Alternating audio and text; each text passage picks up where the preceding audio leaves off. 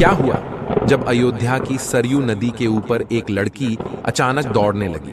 यह चमत्कार देखकर वहां खड़े हजारों लोग आश्चर्यचकित हो गए। जी हां दोस्तों, आपने बिल्कुल सत्य सुना। अयोध्या की सरयू नदी के ऊपर 16 साल की लड़की, जो भगवान श्री राम जी की परम भक्त थी, वह अचानक दौड़ने लग गई। लोग इसे भगवान राम का साक्षात अद्भुत चमत्कार मान रहे हैं। दोस्तों, जैसे जैसे राम मंदिर प्राण प्रतिष्ठा की तारीख पास आ रही है, वैसे वैसे अयोध्या में आए दिन नए नए चमत्कार हो रहे हैं। लेकिन इस चमत्कार ने तो पूरे विश्व भर को हिलाकर रख दिया है। आखिर इस चमत्कार के पीछे क्या सच है, पूरी जानकारी आपको बताएंगे। लेकिन उससे पहले, अगर आप एक सच्चे सनातनी हैं और आपको भगवान राम के पुनः घर पधारने की खुशी हो रही है, तो वीडियो को लाइक करके कमेंट बॉक्स में जय जय श्री राम जरूर लिखिएगा।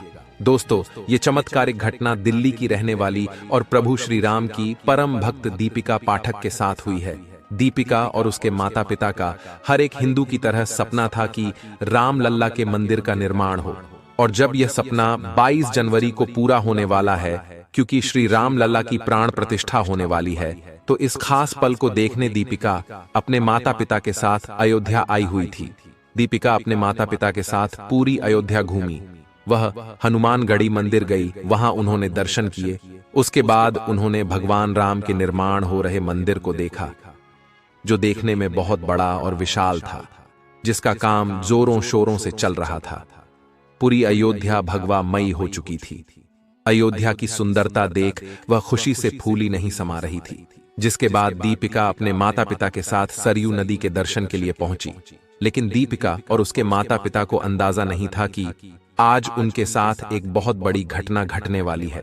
दोस्तों, आप लोगों को बता दे कि यह वही सरयू नदी है जिसके पास राजा दशरथ ने दुर्घटनावश श्रवण कुमार को तीर से मार दिया था।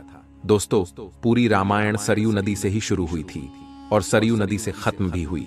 जहां राजा दशरथ एक बार शिकार पर निकले थे, तब श्रवण कुमार अपने अंधे माता पिता के लिए सरयू नदी से पानी लेने गए थे। तभी उसी वक्त दुर्घटनावश राजा दशरथ द्वारा तीर श्रवण कुमार को लग गया था और उनकी मृत्यु हो गई थी। उसके बाद राजा दशरथ श्रवण कुमार के माता पिता को पानी देने गए थे, और जब श्रवण कुमार के अंधे माता पिता को इस घटना के बारे में पता चला, तो उन्होंने राजा दशरथ को श्राप दे दिया कि जिस तरह हम अपने पुत्र के लिए तड़प रहे हैं, उसी तरह तुम भी अपने पुत्र के लिए तड़पोगे। और फिर हुआ भी यही। राजा दशरथ के बेटे प्रभु राम 14 साल के लिए वनवास को चले गए, अपने भाई लक्ष्मण और अपनी पत्नी सीता के साथ। फिर कुछ समय बाद राजा दशरथ ने अपने पुत्र राम और लक्ष्मण के वियोग में अपने प्राण त्याग दिए, और वनवास जाने के बाद ही पूरी रामायण हुई। तो दोस्तों, यह सत्य है कि रामायण की शुरुआत ही सरयू नदी से हुई थी। सरयू नदी पार करके ही भगवान राम ने वन की तरफ कदम आगे बढ़ाए थे, और उसे पार कर ही पुनः वह 14 वर्ष बाद अयोध्या लौटे थे। लेकिन दोस्तों, अब इतिहास पुनः दोहरा रहा है। दरअसल जब दीपिका सरयू नदी के तट पर फोटो ले रही थी, तो उसका पांव चिकने पत्थर पर लग गया और वह अचानक नदी में फिसल गई। और नदी के तेज बहाव होने के कारण वह आगे बहने लगी। उसके पिता ने उसे बचाने की कोशिश करी, लेकिन बहाव तेज होने के कारण वो कुछ नहीं कर सके। उन्होंने वहां खड़े सभी लोगों से मदद मांगी, लेकिन कोई मदद नहीं कर पा रहा था। अपनी बेटी को नदी में बहता देख दीपिका के माता पिता फुट फुट कर रोने लगे। उनकी बेटी उनके सामने नदी में बह गई थी। वहां खड़े सभी लोग मजबूर थे, कुछ कर नहीं पा रहे थे। लेकिन उन लोगों को अंदाजा भी नहीं था कि वहां प्रभु श्री राम का एक बहुत बड़ा चमत्कार होने वाला है। करीब 2 से 3 मिनट के बाद दीपिका के माता पिता हिम्मत हार रहे थे। सभी लोग बोल रहे थे कि इतने बहाव में तो लड़की मर गई होगी। लेकिन अचानक से सबके सामने जो हुआ वह देख सबके होश उड़ गए। दीपिका सरयू नदी के ऊपर दौड़ती नजर आ रही थी। यह देख वहां खड़े सभी लोग जय जय श्री राम के नारे लगाने लगे, क्योंकि यह एक बहुत बड़ा चमत्कार था।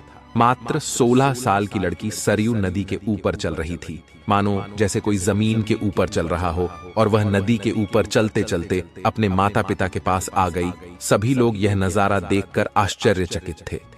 फिर जब उसके माता पिता ने दीपिका से पूछा कि यह सब कैसे हुआ, तब दीपिका ने बताया कि जब मैं नदी में बह रही थी तो मैंने प्रभु श्री राम का ध्यान किया और मुझे पता ही नहीं चला कि मैं कब पानी के ऊपर आ गई, जिसके बाद मैं उठकर नदी के ऊपर चलने लगी। मुझे ऐसा लग रहा था जैसे मैं जमीन पर चल रही हूँ। ये सुनकर वहां खड़े सभी लोग जय जय श्री राम के नारे लगाने लगे। दोस्तों, वाकई में ये चमत्कार आज तक का सबसे बड़ा चमत्कार था प्रभु श्री राम जी का, क्योंकि जब भक्त परेशानी में हो तो भगवान राम जरूर आते हैं अपने भक्त की रक्षा करने। और ये तो राम जन्मभूमि थी, फिर प्रभु अपने भक्त को अपनी भूमि पर कैसे मरने देते। दोस्तों, 22 जनवरी को राम लल्ला पुनः अपने महल में विराजने वाले हैं, और यह सब चमत्कार देखकर ऐसा लग रहा है जैसे साक्षात प्रभु राम अपने घर आ चुके हैं, अपने भक्तों के बीच। सरयू नदी में दीपिका का चलना और जामवंत के जैसे भालू का दिखना, फिर जटायु जैसे गिद्धों का दिखना, ये सब आम बात नहीं है। पूरे देश में दिवाली जैसा माहौल बन चुका है और पूरे विश्व में राम मंदिर चर्चा का विषय बन चुका है। दोस्तों, कई सालों की तपस्या के बाद, कई सालों के इंतजार के बाद 22 जनवरी को हम इस भव्य ऐतिहासिक पल के साक्षी बनेंगे, जहां 500 वर्ष बाद राम जी अपने मंदिर में विराजेंगे। दोस्तों, राम मंदिर निर्माण के लिए कई हजारों लोगों ने अपने प्राणों की आहुति दी, लेकिन आज कुछ नेता लोग राम मंदिर को लेकर कई विवादित बयान दे रहे हैं और हजारों नहीं करोड़ों सनातनियों की आस्था के साथ खिलवाड़ कर रहे हैं। विपक्षी पार्टी के कुछ नेता राम मंदिर की प्राण प्रतिष्ठा को एक राजनीतिक कार्यक्रम बता रहे हैं और कह रहे हैं कि यह तो बीजेपी वालों ने बनाया है। लेकिन हम उन हिंदू विरोधी नेताओं से बस इतना कहना चाहते हैं कि यह राम मंदिर करोड़ों हिंदुओं के त्याग और बलिदान के बाद आज पुनः निर्माण हो रहा है। राम मंदिर निर्माण के लिए करोड़ों हिंदुओं ने देश के अलग अलग कोनों से और साथ ही विदेश में रहने वाले हिंदुओं ने भी अपनी मेहनत की कमाई का कुछ हिस्सा राम मंदिर निर्माण के लिए चंदे में दान दिया था। और आप लोगों को यह जानकर हैरानी होगी कि राम मंदिर ट्रस्ट समिति ने 100 करोड़ रुपए का चंदा इकट्ठा करने का लक्ष्य बनाया था, लेकिन करोड़ों सनातनियों ने अपनी मेहनत की पूंजी दे देकर पूरे 55,000 करोड़ का चंदा राम मंदिर के लिए इकट्ठा किया। और ये मंदिर निर्माण केवल और केवल सभी सनातनियों की मेहनत की कमाई से ही बन रहा है। कई लोग कहते हैं कि मंदिर की जगह आप हॉस्पिटल बनवाते, कई लोग कह रहे हैं कि मंदिर की जगह स्कूल बनवाते। तो हम उन हिंदू विरोधी लोगों से बस इतना ही कहेंगे कि मंदिर का निर्माण सरकार ने अपने पैसे से नहीं, बल्कि हम हिंदुओं ने अपनी मेहनत की कमाई से, अपनी श्रद्धा से करवाया है। और प्रभु श्री राम जब पुनः अपने घर पधार रहे हैं तो एक एक सनातनी हिंदू का आज सर गर्व से ऊंचा हो रहा है। ऐसा महसूस हो रहा है जैसे कोई पिता हजारों वर्ष बाद अपनी संतानों के पास आ रहे हो। दोस्तों, राम लल्ला के पुनः आगमन के लिए देश के कई अलग अलग कोनों से उपहार आ रहे हैं। चित्रकूट यानी कि भगवान राम लल्ला का ननिहाल। ये राम जी ने करीब 11 वर्ष बिताए थे।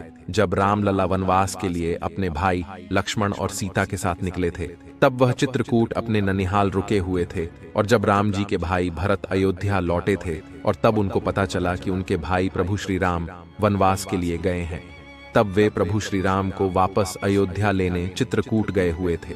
लेकिन भगवान राम ने उनको अपने चरण पादुका देकर पुनः अयोध्या लौटा दिया था। उसी चित्रकूट से भगवान श्री राम जी की चरण पादुका अयोध्या भेजी जा रही है। आपको बता दें कि त्रेता युग में जो घटनाएं घटी, उसी को ताजा करने के लिए भारत सरकार के संस्कृति मंत्रालय और राम भक्त संगठनों के सहयोग से धर्मनगरी चित्रकूट से भगवान श्री राम की भव्य चरण पादुका यात्रा निकाली गई है। यह यात्रा भरतकूप मंदिर से शुरू होकर अयोध्या तक जाएगी। दोस्तों, भगवान श्री राम की चरण पादुका यात्रा में भरत मंदिर में रखे भगवान श्री राम के चरण पादुका को भरतकूप कुआं से जल लेकर उन्हें स्नान कराया गया है और उनकी विधि विधान से पूजा भी हुई है। और उसके बाद चरण पादुकाओं को रथ में रखा गया। साथ ही इस यात्रा में 3 रथ शामिल है, जिसमें भगवान श्री राम की सुंदर झांकियां भी हैं। साथ ही हम आपको बता दें कि देश के कई कोनों कोनों से हिंदू और श्री राम जी के परम भक्त पैदल यात्रा करके अयोध्या जा रहे हैं भगवान राम लल्ला के दर्शन करने। तो कुछ लोग साइकिल से यात्रा कर रहे हैं, वहीं कुछ लोग बैलगाड़ी से हजारों किलोमीटर की यात्रा कर रहे हैं, तो वहीं कुछ श्री राम जी के खास परम भक्त घुटनों से चल चल कर अयोध्या धाम पहुंच रहे हैं। मैं आ रहा हूं प्रभु आपसे मिलने अयोध्या धाम। जय सिया राम, जय जय सिया राम। साथ ही कुछ ऐसी चमत्कारिक घटनाएं भी देखने को मिल रही हैं कि मथुरा से हजारों संख्या में बंदर अयोध्या पहुंच रहे हैं भगवान राम लल्ला के स्वागत के लिए। क्योंकि जब राम जी की सेना में वानर थे, तो फिर जब भगवान राम पुनः अयोध्या लौट रहे हैं तो वानर क्यों शामिल नहीं होंगे। दोस्तों, 22 जनवरी को प्राण प्रतिष्ठा के इस खास मौके पर देश और विदेश की कई महान हस्तियों को बुलाया जा रहा है, जिसमें नेता लोगों के साथ साथ फिल्मी सितारे और क्रिकेट जगत के भी महान सितारे देखने को मिलेंगे। अयोध्या में 16 जनवरी से प्राण प्रतिष्ठा के कई सारे कार्यक्रमों की शुरुआत हो चुकी है और यह कार्यक्रम करीब 7 दिनों तक लगातार चलेंगे। लेकिन कई लोगों का और कई विपक्षी नेताओं का कहना है कि राम मंदिर का निर्माण अभी पूरा नहीं हुआ है और फिर भी मोदी सरकार आने वाले चुनाव को देखते हुए प्राण प्रतिष्ठा का कार्यक्रम पहले करवा रही है, जिससे उनको आने वाले चुनाव में बहुत मदद मिलेगी। लेकिन आप लोगों को हम बता दें कि भारत में कई ऐसे मंदिर हैं जिनका कार्य सालों तक चलता रहता है। मंदिर निर्माण का कार्य कभी भी रुकता नहीं है, लेकिन अगर मंदिर का गर्भगृह पूरी तरह से निर्मित हो चुका हो तो वहां पर भगवान की प्राण प्रतिष्ठा की जा सकती है, क्योंकि भगवान के लिए उनका घर केवल और केवल गर्भगृह होता है। और आप लोगों को बता दे कि राम मंदिर निर्माण का कार्य लगभग पूरा हो चुका है, लेकिन उसका विशाल रूप कई सालों तक, कई पीढ़ियों तक वह बनता ही रहेगा। दोस्तों, हिंदू विरोधी लोग राम मंदिर को लेकर आए दिन नए नए विवादों को छेड़ रहे हैं, जिसमें एक विपक्षी पार्टी के नेता ने दावा किया है कि राम मंदिर राम लल्ला की जन्मभूमि से करीब 4 किलोमीटर दूर बन रहा है। यानी कि जिस स्थान पर बाबरी मस्जिद को ढाया गया था, जहां राम जी की मूर्ति प्रकट हुई थी, उस स्थान से करीब 4 किलोमीटर दूर मंदिर बन रहा है। तो इस बात को लेकर आखिर कितनी सच्चाई है, आज वह भी हम आपको बता देते हैं। दोस्तों, इस बात को लेकर श्री राम जन्मभूमि तीर्थ क्षेत्र मंदिर के ट्रस्ट ने संजय राउत के इस दावे को पूरी तरह गलत बताया है। ट्रस्टी रामेश्वर चौपाल ने कहा है कि जिस स्थल पर 1990 में मैंने मंदिर की पहली ईंट रखी थी, उसी स्थान पर भव्य राम मंदिर का सिंहद्वार बना है। वहीं मंदिर के प्रधान पुजारी आचार्य सत्येंद्र दास का कहना है, 1992 से मैं उसी स्थल पर गर्भगृह में पूजा करता रहा हूं। राम लल्ला टाट के मंदिर में उसी स्थान पर विराजमान रहे जहां विवादित ढांचा के गुंबद रखे गए थे। तो दोस्तों, ये बात सरासर झूठ थी, बल्कि राम मंदिर का निर्माण उसी स्थल पर हो रहा है जहां विवादित ढांचा ध्वस्त करने के बाद रामलला टेंट में 1992 के बाद से रह रहे थे। और जब 2019 में सुप्रीम कोर्ट का फैसला आया था और उसके बाद भव्य मंदिर निर्माण का काम शुरू हुआ था, तो टाट के मंदिर से रामलला को फाइबर के मंदिर में स्थापित किया गया और वहां के मुख्यमंत्री योगी जी ने बाकायदा अनुष्ठान करके रामलला को स्थापित किया था।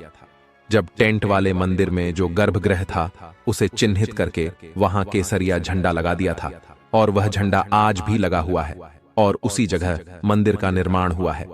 साथ ही दोस्तों, जहां पूरे भारत में उत्सव का माहौल बन रहा है, वहीं राम मंदिर निर्माण के इस कार्यक्रम का कुछ लोग गलत फायदा भी उठा रहे हैं और अपनी अपनी जेब भरने में लगे हुए हैं। जहां कई ऐसी खबरें आई हुई हैं कि कुछ लोग भगवान श्री राम जी की प्रसाद के नाम पर हजारों लाखों लोगों से ठगी कर रहे हैं। इंटरनेट और ऑनलाइन कई लोगों ने राम लल्ला की प्रसादी का झूठा वितरण शुरू कर दिया है और हम आप लोगों को यही बताना चाहते हैं कि यह सरासर झूठ है। साथ ही व्हाट्सएप पर और अन्य सोशल मीडिया पर कुछ लोग 22 जनवरी राम मंदिर प्राण प्रतिष्ठा के VIP पास को बेचते हुए पाए गए हैं, जो लोगों से लाखों रुपए मांग रहे हैं और कह रहे हैं कि VIP पास आपको दिया जाएगा, जिससे आप 22 जनवरी को राम मंदिर में हो रहे प्राण प्रतिष्ठा कार्यक्रम में शामिल हो सकते हैं। आपको बता दें कि यह पास सरासर नकली होते हैं और हजारों लोगों से लाखों रुपए भी ठग लिए गए हैं। तो हम भी आप लोगों से यही कहना चाहते हैं कि कोई भी राम मंदिर को लेकर एक भी रुपया किसी को ना दें, जब तक सरकार खुद आगे रहकर इसके बारे में जानकारी न दे। आपको बता दें कि 9 नवंबर 2019 को सुप्रीम कोर्ट ने अयोध्या को राम लल्ला का जन्म स्थान मानते हुए पूरी जमीन राम लल्ला को सौंपने का फैसला किया था, जिसके बाद 3 महीने के अंदर ही मंदिर निर्माण के लिए ट्रस्ट बनाया गया और मस्जिद के लिए भी अलग से 5 एकड़ भूमि देने को कहा गया था। तो इसके बाद मुस्लिमों को करीब 5 एकड़ जमीन मस्जिद निर्माण के लिए अयोध्या में ही दूर दी गई है। दोस्तों, 22 जनवरी की तैयारियां खूब जोरों शोरों से देश में हो रही है, जहां पटाखों की बिक्री में जबरदस्त उछाल आया हुआ है। जो पटाखा 100 रुपए का पहले मिलता था, आज वह लगभग 150 से 200 रुपए में मिल रहा है। साथ ही भगवा झंडों की पूरे देश में कमी हो चुकी है। इतने भगवा झंडे आज बिक रहे हैं। और करीब 16 जनवरी के बाद से ही फूलों का व्यापार भी बहुत जोरों शोरों से हो रहा है और फूलों की कीमतें भी बहुत ज्यादा बढ़ गई हैं। हम आप लोगों से भी विनती करते हैं कि 22 जनवरी के दिन आप भी अपने घर को दिवाली की ही तरह सजाएं। घर पर लाइट लगाएं, दिए लगाएं, पटाखे जलाएं, हार पुष्प लगाकर अपने घर को सजाएं। तो दोस्तों, अगर आप भी राम मंदिर निर्माण को लेकर खुश हैं, तो अभी के वीडियो को लाइक करें और सभी लोग नीचे कमेंट बॉक्स में जय श्री राम जरूर लिखें।